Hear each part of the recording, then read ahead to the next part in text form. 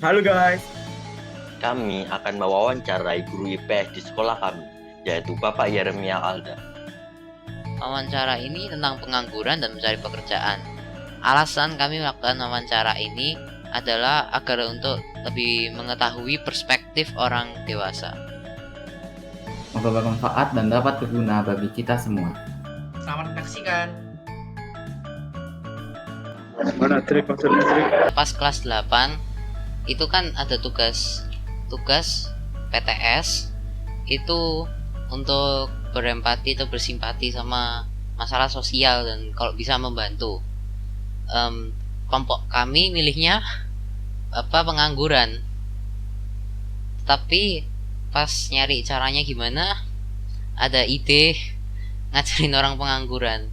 Habis itu dulu juga ada pikiran kalau ngajarin orang pengangguran itu gimana ya, kita kan kami masih SMP pak, terus yang diajarin sudah dewasa yang buat kerja, berarti sudah lebih banyak pengalaman, tapi kita biarin barusan aja sadar kalau ngajarin orang yang lebih tua tuh kayak nggak praktik gitu loh, soalnya kita taunya dikit, soalnya kita kan bukan guru. Jadi sekarang ada ide untuk wawancara. Wawancara pertamanya bingung, wawancara gimana, orang ngomong-ngomong gitu bisa bantuin pengangguran gimana.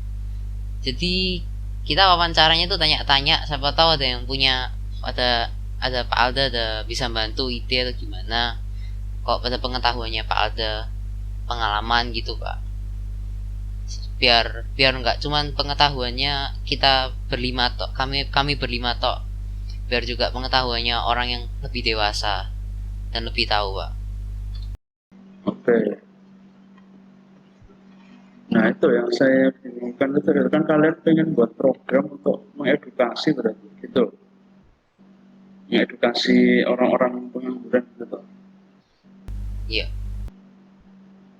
Ya, nah mengedukasi. Sekarang pertanyaan saya, apakah orang nganggur itu butuh edukasi gitu loh? Kan kalau kita buat satu program itu kan harus istilahnya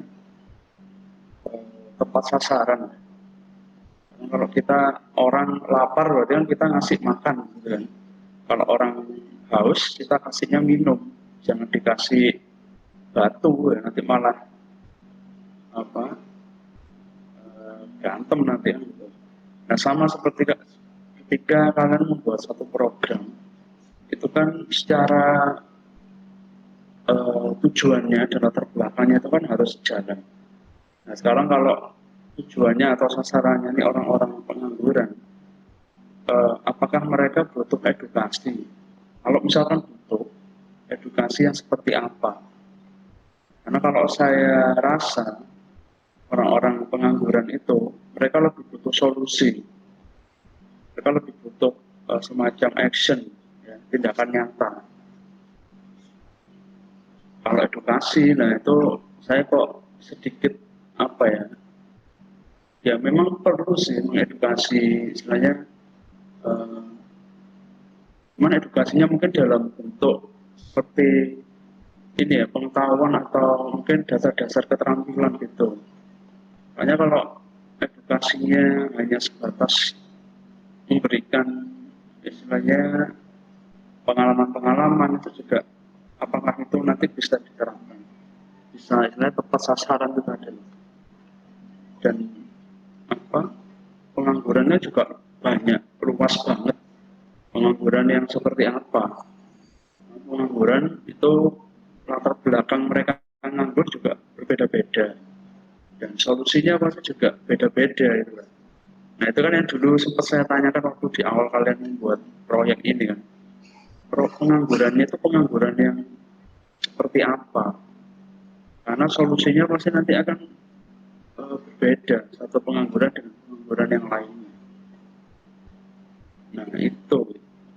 Nah kalau saya ditanya masalah pengangguran, mungkin saya hanya sebatas memberikan ya mungkin pengertian dampak atau latar belakang. Tapi kalau untuk mengedukasi atau itu kan harus dilihat dulu targetnya, sasaran kalian tuh pengangguran yang seperti apa.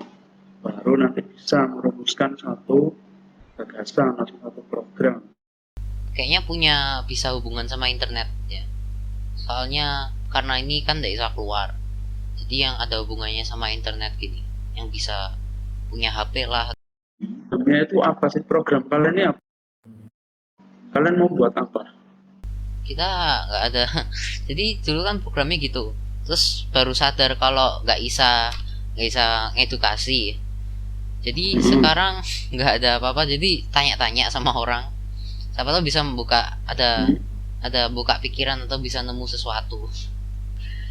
Gitu sekarang. Oke, berarti ini eh,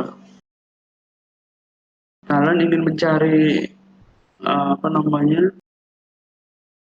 alternatif gitu kan dari apa program yang ingin kalian buat tentang pengangguran itu gitu.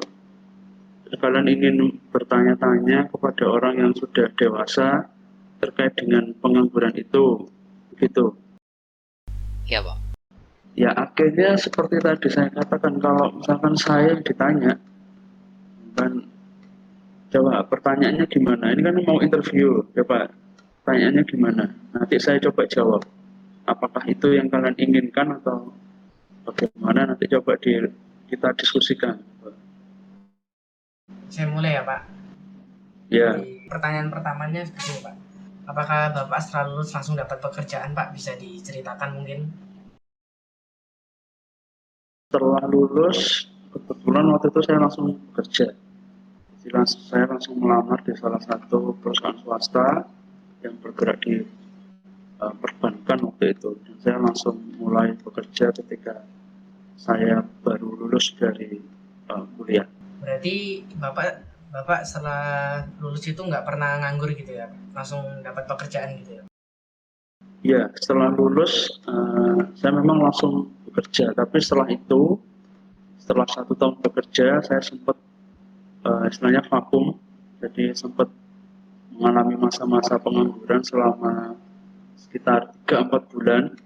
Karena waktu itu saya harus mencari pekerjaan yang cocok untuk saya dengan latar belakang pendidikan yang sesuai.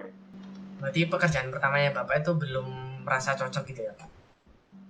Ya, betul. Saya lanjut ya Pak. Apakah Bapak mempunyai penyesalan saat mencari pekerjaan Pak? Bisa diceritakan?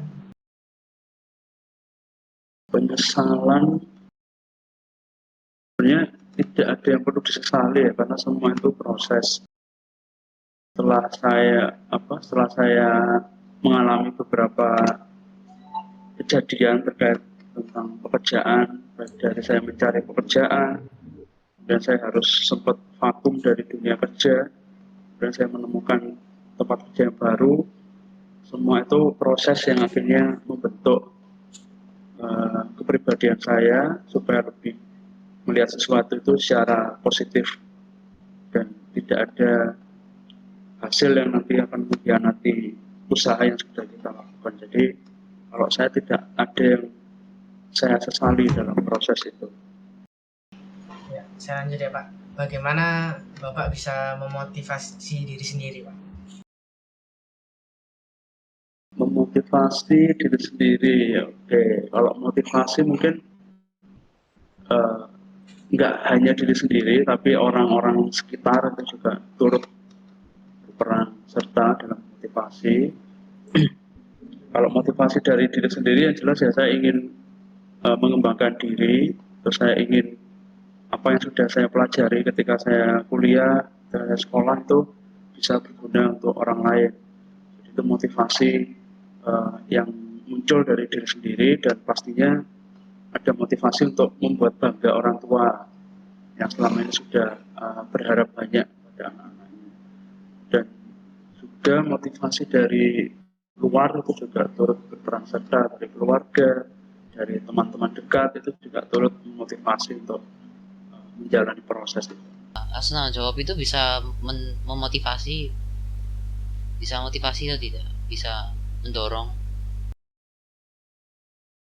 Oke, iya, salah satunya memang rasa tanggung jawab itu ya, karena saya juga punya tanggung jawab. Yang pertama itu tadi ya, saya ingin membanggakan orang-orang yang sudah selama ini sudah uh, dalam banyak proses kehidupan saya, termasuk keluarga dan orang tua, dan juga ilmu-ilmu yang sudah saya dapat, itu untuk pertanggungjawabannya, yaitu ketika saya bisa bekerja sesuai dengan bidang keilmuan saya dan apa yang sudah saya dapat dan saya pelajari itu bisa saya sharekan ke orang-orang lain. Itu salah satu untuk pertanggungjawabannya, dan iya, tanggung jawab itu pasti menjadi salah satu motivasi untuk menjalani proses itu. Tanggung jawab itu, biar dapat tanggung jawab itu berarti harus mengambil tanggung jawab sendiri ya, kayak punya misi gitu. Pak Alda dapat tanggung jawabnya gimana? Pak Alda ngambil tanggung jawab gimana?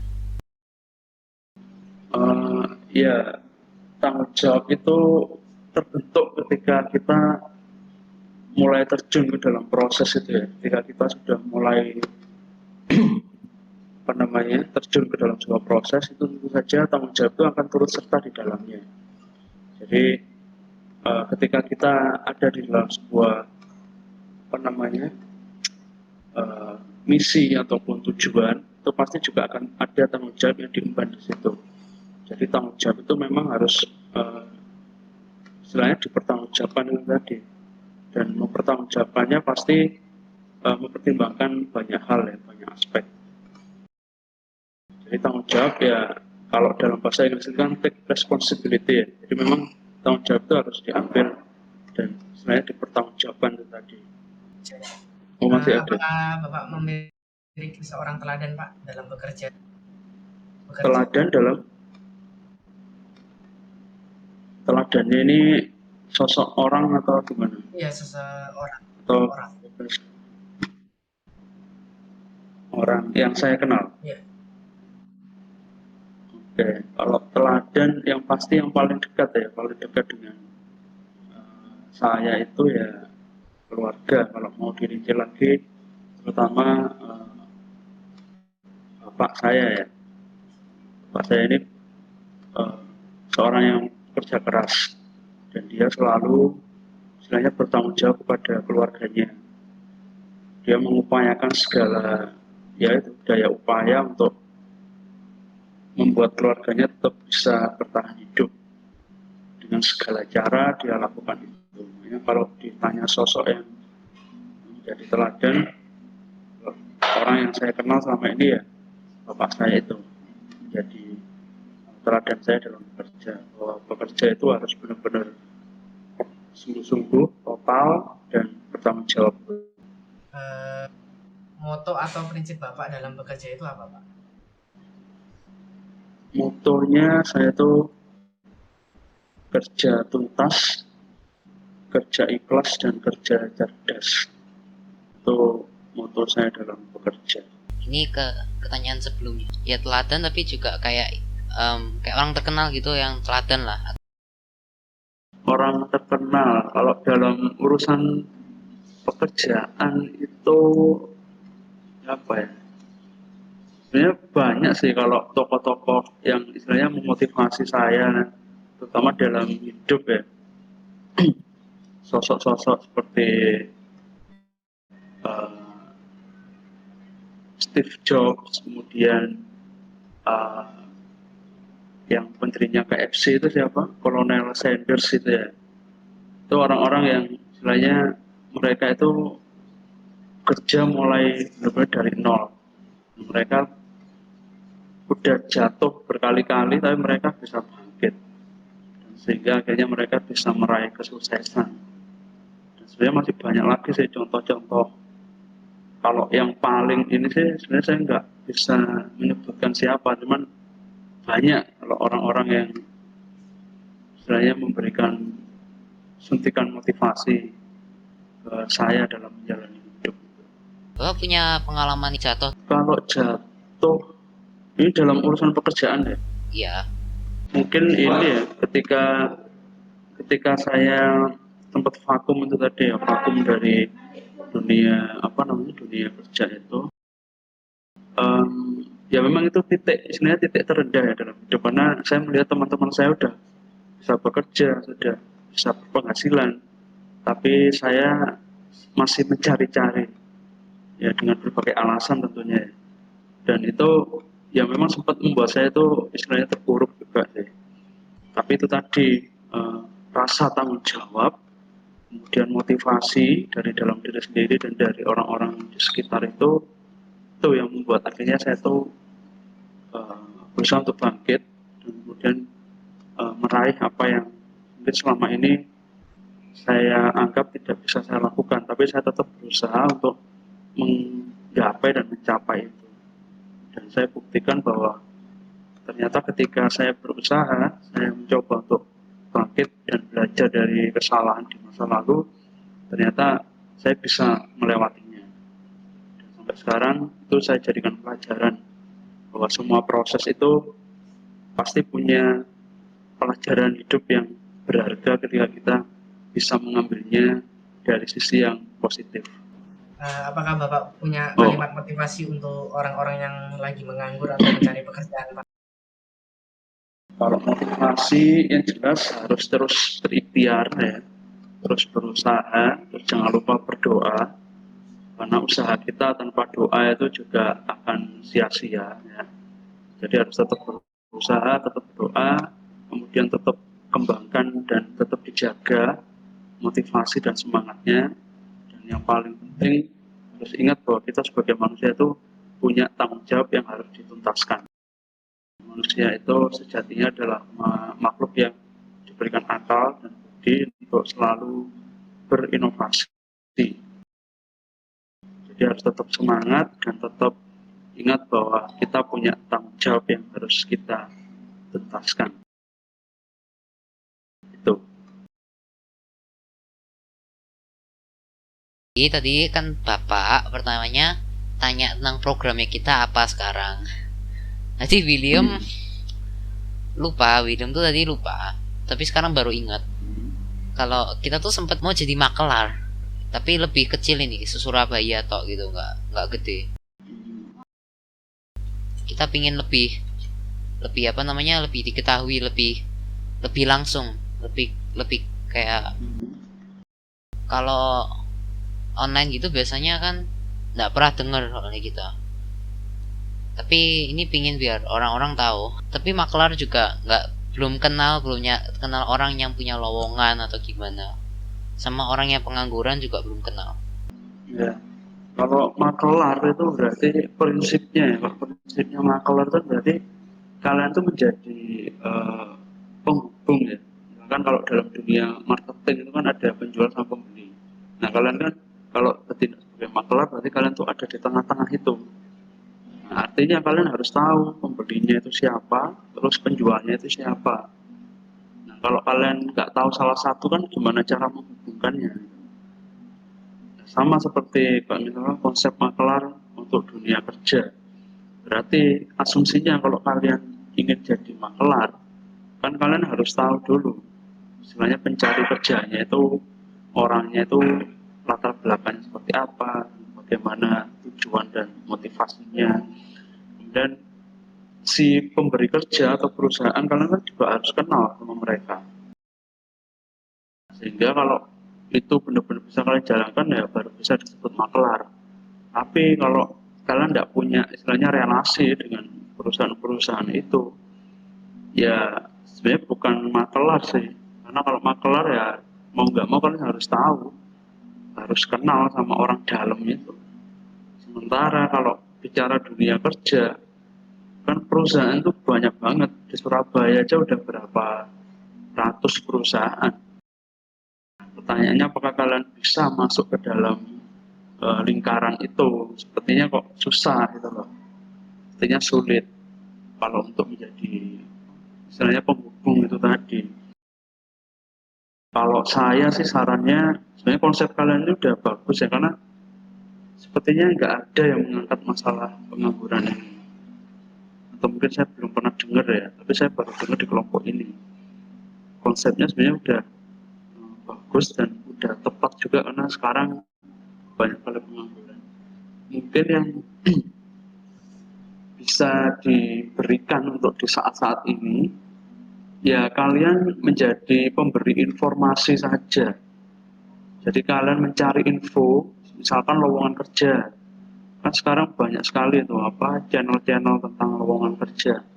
Nah, kalian coba itu cari info-info, kemudian kalian post misalkan di media sosial atau di mana, itu kalian post, terus kemudian kalian mungkin di dalam deskripsinya itu juga kalian cantumkan misalkan motivasi atau apa dan sebagainya.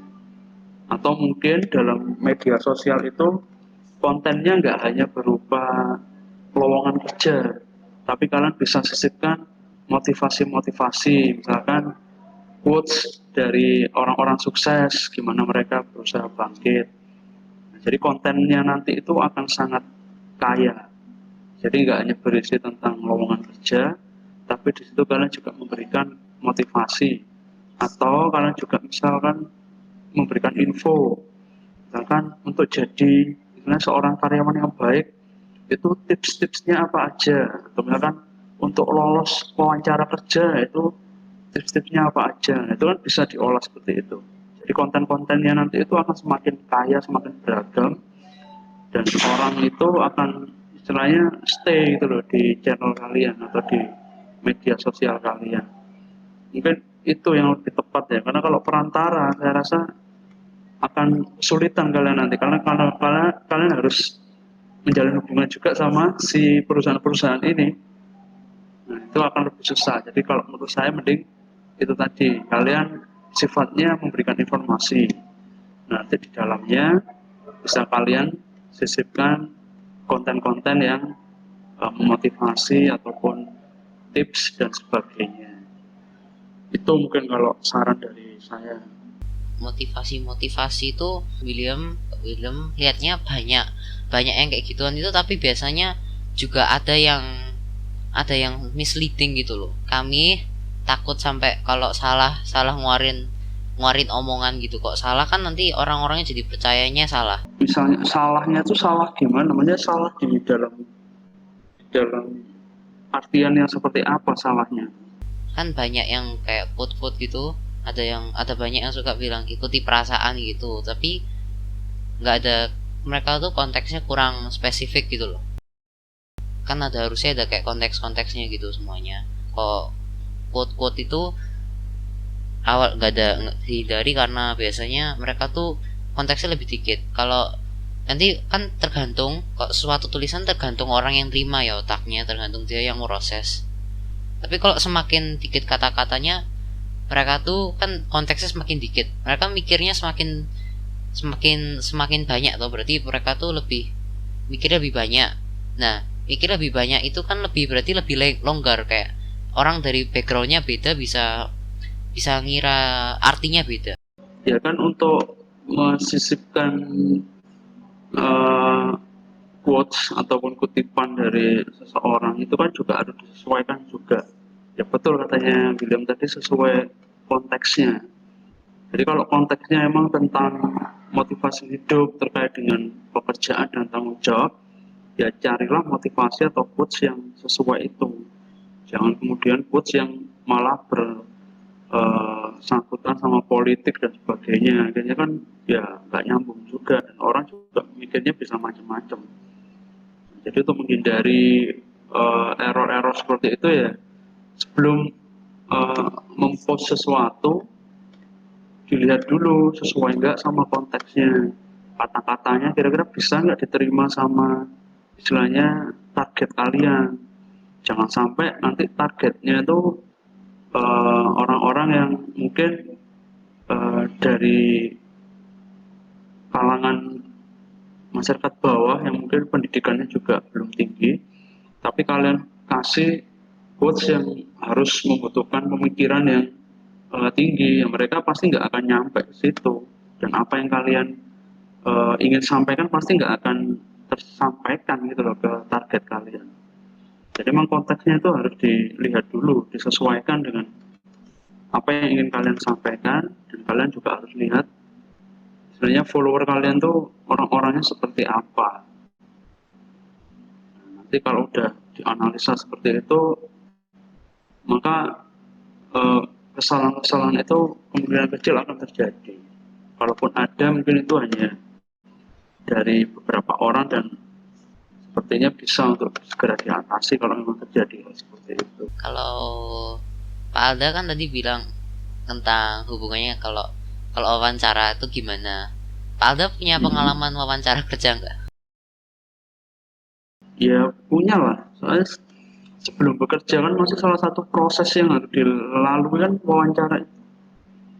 Jadi sebelum kita bekerja, setelah kita istilahnya kan prosesnya gini, kita tahu ada info lowongan kerja, kemudian kita lihat spesifikasinya, kira-kira saya masuk nggak ke kriteria itu. Nah, kalau masuk, saya akan kirimkan surat lamaran kerja ke perusahaan yang dituju.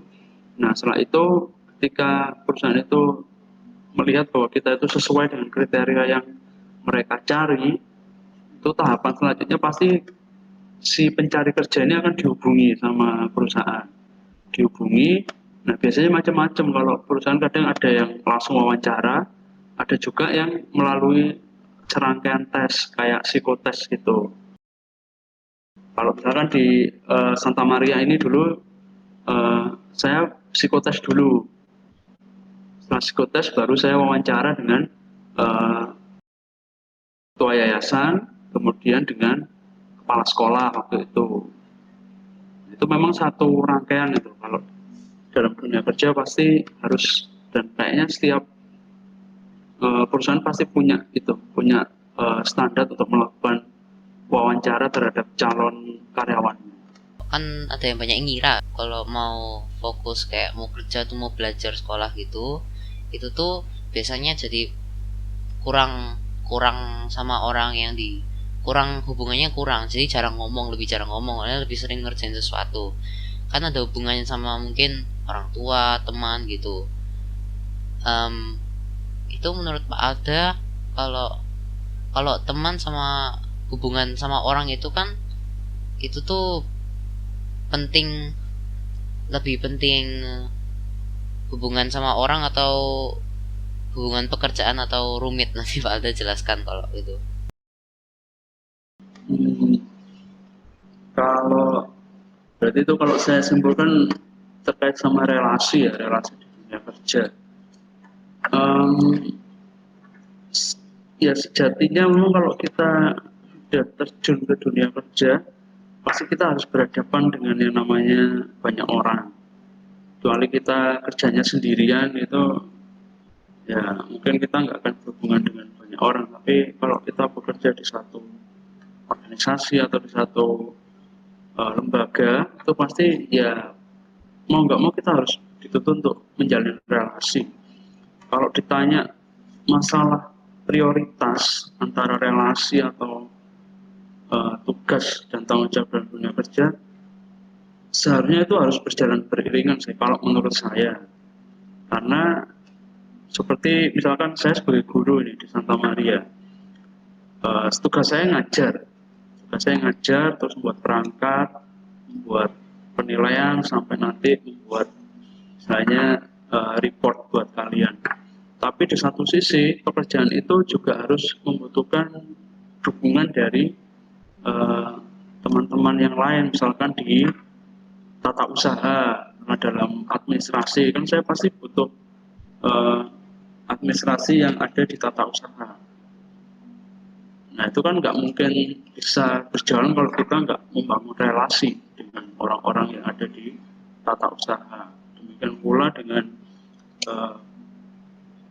bagian-bagian yang lainnya. Itu pasti akan saling bersinergi antara relasi dunia kerja dan juga tanggung jawab yang harus kita selesaikan. Cuman kembali lagi ke yaitu prioritas dan juga tujuan kita. Kalau tujuannya cuma menjalin relasi cuma buat guyon, cuma buat bercanda ini di kantor, itu ya pasti saya juga nggak setuju, karena relasi dalam dunia kerja itu harusnya dijalin dengan profesional dan harus didasari dengan itu tadi kebutuhan dalam dunia kerja. Kalau cuma bercanda, cuma hihi gitu ya, pasti dampaknya pasti juga akan banyak sekali. Dan mungkin pekerjaan dan tanggung jawabnya mungkin juga tidak bisa dijalankan dengan maksimal kalau kita menjalin relasinya hanya relasi yang sebatas bercanda seperti itu. Itu yang bisa saya sampaikan terkait relasi dan tanggung jawab dalam dunia kerja. Pak Alda sekarang menerapkan itu. Iya, saya mulai awal bekerja itu yang selalu saya pegang bahwa relasi itu harus dijaga. Kita harus tetap membangun relasi, walaupun itu nggak mudah ya kan dalam dunia kerja. Karena pasti kita berhubungan dengan banyak orang dengan motivasi-motivasi tertentu yang kita sendiri nggak tahu. Tapi tetap salah satu tanggung jawab kita dalam dunia kerja yang harus membangun relasi. Karena bukan tidak mungkin nanti kita akan membutuhkan orang lain juga untuk mendukung pekerjaan. Tapi itu tadi ya, relasinya harus dibangun dengan relasi yang positif dan profesional. Kalau di luar kerja sih ya itu ini ya beda lagi. Kalau di luar kerja udah tergantung dari pribadi masing-masing. Tapi kalau dalam dunia kerja ya hubungan atau relasi itu harus dijalin dengan profesional. Kalau pengorbanan, Bapak ada pengorbanan yang Bapak kan memilih, kan harus berkorban ya kalau mau sesuatu harus untuk pengorbanannya ya. Bisa waktu, bisa kayak misalnya waktunya buat main game diganti buat belajar atau gimana gitu. Iya pasti, itu kan ya konsekuensi. Pengorbanan itu salah satu juga konsekuensi juga. Kalau kita nggak mau berkorban ya kita nggak akan mendapatkan apa yang mau kita atau yang kita inginkan. Ya, pengorbanan itu udah jadi satu paket sih. Kalau nggak mau berkorban ya akan sulit mendapatkan apa yang mau kita capai. Pak Alda mau cerita pengorbanan Pak Alda? Pengorbanan ya sebenarnya banyak ya kalau bicara pengorbanan. Dan memang saya bukan tipe orang yang istilahnya mengungkit-ungkit apa yang sudah saya berikan atau saya lakukan atau yang saya korbankan. Karena bagi saya yaitu bagian dari proses. Dan kalau misalkan mau dijabarkan ya sebenarnya banyak dengan pengorbanan. Kalau saya sih lebih ininya mungkin ke pengorbanan ini ya dengan kaitannya dengan keluarga. Salah satunya ya saya harus jauh dari keluarga.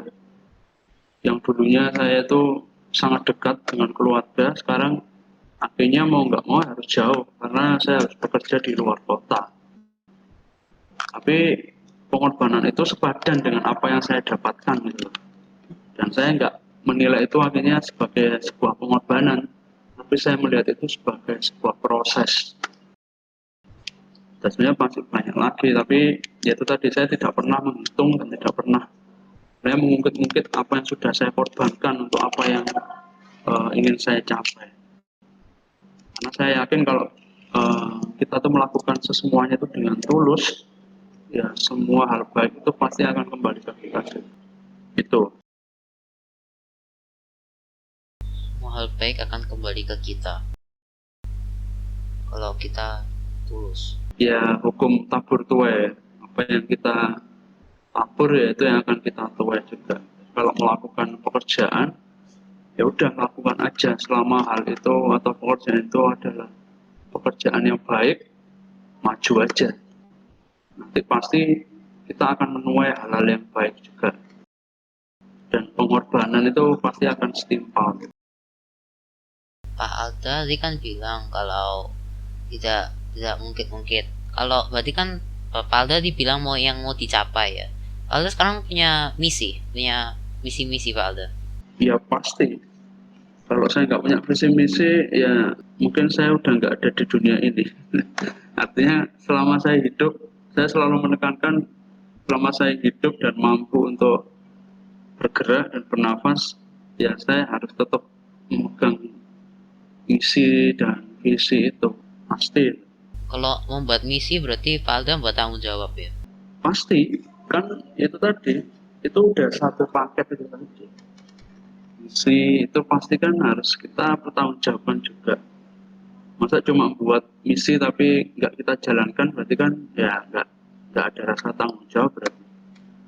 Kalau ada kita sudah punya visi, punya misi, ya kita harus bertanggung jawab untuk merealisasikan itu. Berarti kalau punya misi itu lebih gampang untuk, kan biasanya ada orang kalau pinginnya pingin kaya gitu tapi dia nggak punya misi, kayak aku harus lulus di sini gitu-gitu, aku nanti harus apa jadi ini, nggak kayak cuman aku pingin jadi kaya gitu, dipecah-pecah misinya. Ya pasti akan susah untuk mencapai tujuan. Kalau cuma punya misi tapi nggak tahu gimana cara merealisasikan, ya susah.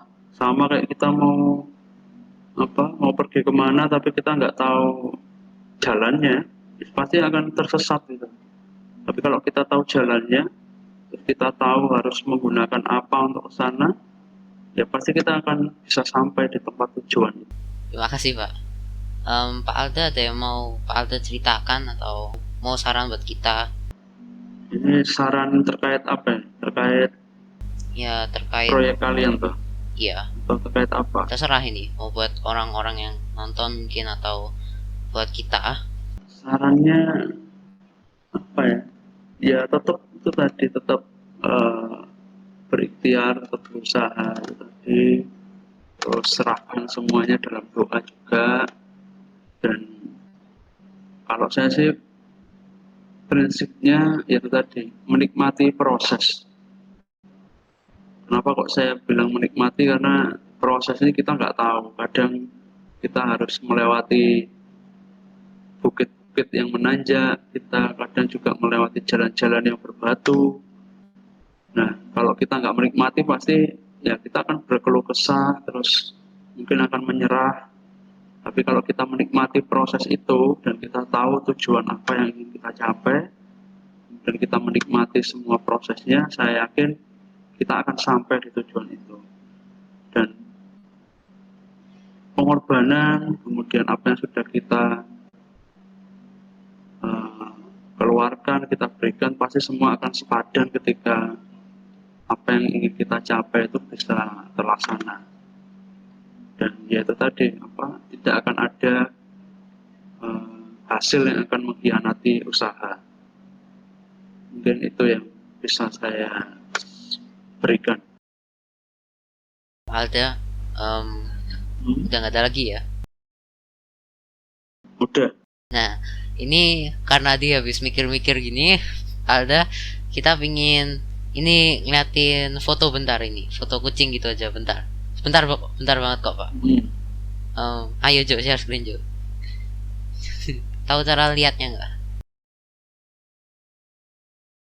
Mana fotonya? Bentar. Pak Alda ke, Oh ini. iya. Oke. Intinya lucu nggak Pak menurut Bapak?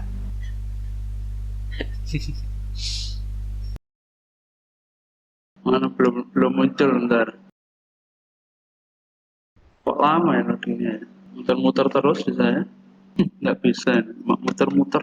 Pak Alda bisa lihat chatnya nggak? Bisa lihat chatnya nggak? Chat general. Ya. Bisa lihat hubungannya Pak?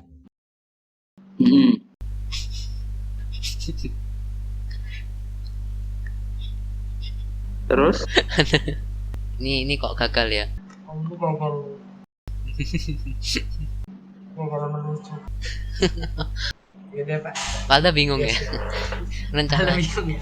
Rencananya tuh, jadi pas di stream tadi rencananya dikasih foto-foto gitu, terus next akhirnya monyet akhirnya. Lihat ini biar kaget gitu loh, tapi Iya, gagal. Tapi gagal gitu. Ya udah Pak, kayaknya itu aja deh Pak. Nih. Pak Alda, Ya. kami sangat berterima kasih Pak Alda milih untuk ngabisin waktunya Pak Alda ini berbicara sama kita Pak, sama kami Pak. 1 jam. Habis 1 jam. Makasih Pak. Ya, sama-sama. Juga terima kasih Pak. Yang penting pertemuan kita, obrolan ini kan yang penting ada hikmahnya, ya kan? Ada hikmahnya tentang buat kalian, makanya ya inilah salah satu proses juga, salah satu proses. Dan dalam proses itu pasti kalian juga butuh orang lain kan, makanya nanti ketika kalian dibutuhkan sama orang, kalian juga harus sebisa mungkin membantu, ya kan, membantu dengan apa yang kalian punya. Jadi jangan bersikap acuh, karena sekarang udah banyak orang yang istilahnya udah nggak mau peduli sama urusan orang gitu loh. Karena sekarang udah istilahnya udah egonya udah semakin ini ya, individualis juga. Kita sebagai orang sosial, ya kan, sebagai orang sosial udah ya hakikatnya saling tolong menolong, saling membantu dan bersosial itu tadi ya. Oke, sudah. Oke. Ya, sudah Pak.